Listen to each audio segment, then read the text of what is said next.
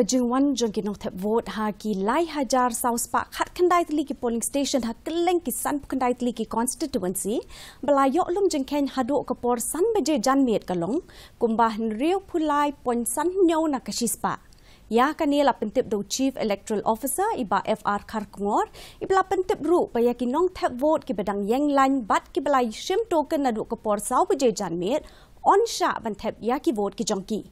Kajeng nyau ki vote na kabenta ki san kundai tli ki shuki on sa penlong ha ka art rek ulber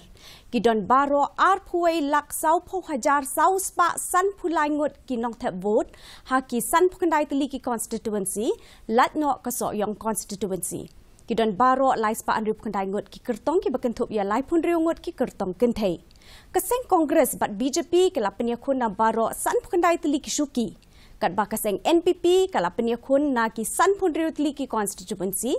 kaseng TMC na ki san punyau tli bat ka UDP na ki sau pun riutli ki constituency kidon baro kumbah riu spa sau pau tli ki polling booth ki belabo kum ki vulnerable kat balai spa arpulai tli ki weipat kum ki critical ya ka jeng Thep vote ha so yong constituency la pen ken ria pat na ka jeng klat no jong menteri ketanat ki kampo yang berim jong kaseng UDP iba HDR Iingdorbar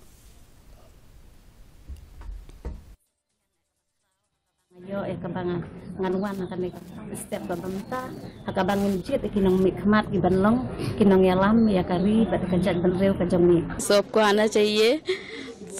vote देना चाहिए We should not waste our vote